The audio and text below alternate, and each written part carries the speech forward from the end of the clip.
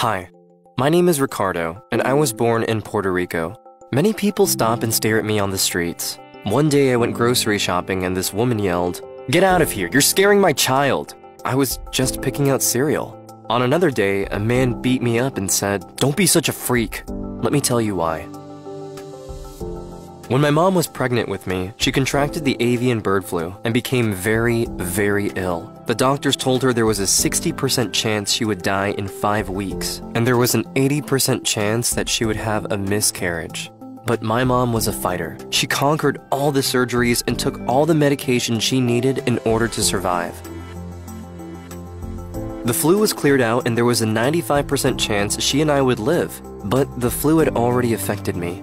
Doctors had told her that they would have to wait and see how I would turn out. Then I was born, but my face was deformed and barely developed with lumps and bumps and weird scars on my face. My mom says I was beautiful in her eyes, but the doctors looked repulsed. For the next 27 months of my life, I was in and out of the hospital to fix my face. I even had to get illegal plastic surgery at the age of 3.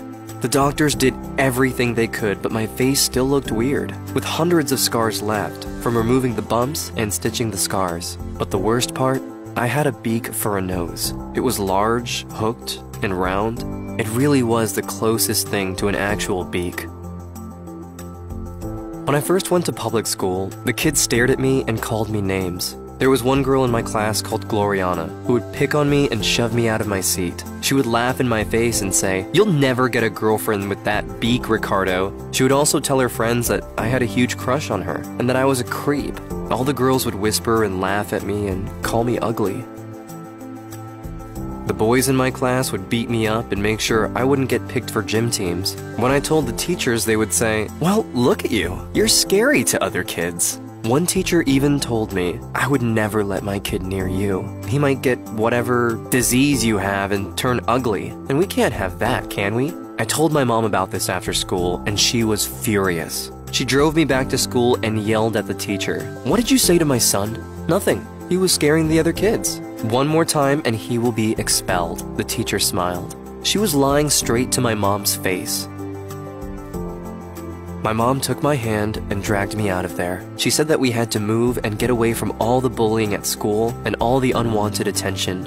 We moved to another town, and I started going to a school for kids with disabilities. Even though I was perfectly fine, it was better in this special school because there were kids in wheelchairs and kids who had glasses, and no one judged each other.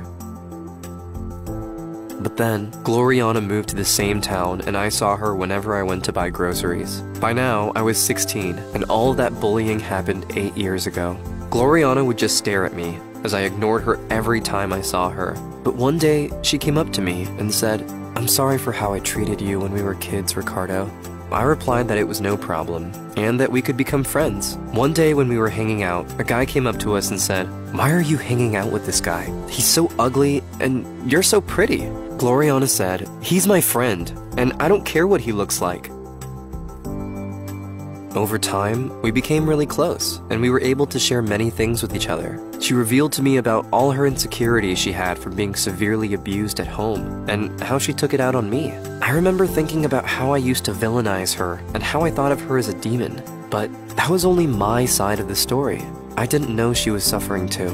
Looking back, all I see is a hurt little girl. Because of this, we became very close and dependent on each other. Me because she defended me to other people, and her because she never had anybody stand by her and support her.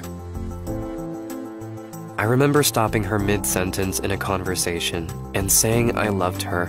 She revealed that she felt the same, and the rest is history. She was my first love, and I was hers. 15 years later, I graduated from college, got a steady job, and Gloriana was my wife. And we had 2 kids. I learned to love myself for who I am, and to find people in life that won't judge you only by the way you look.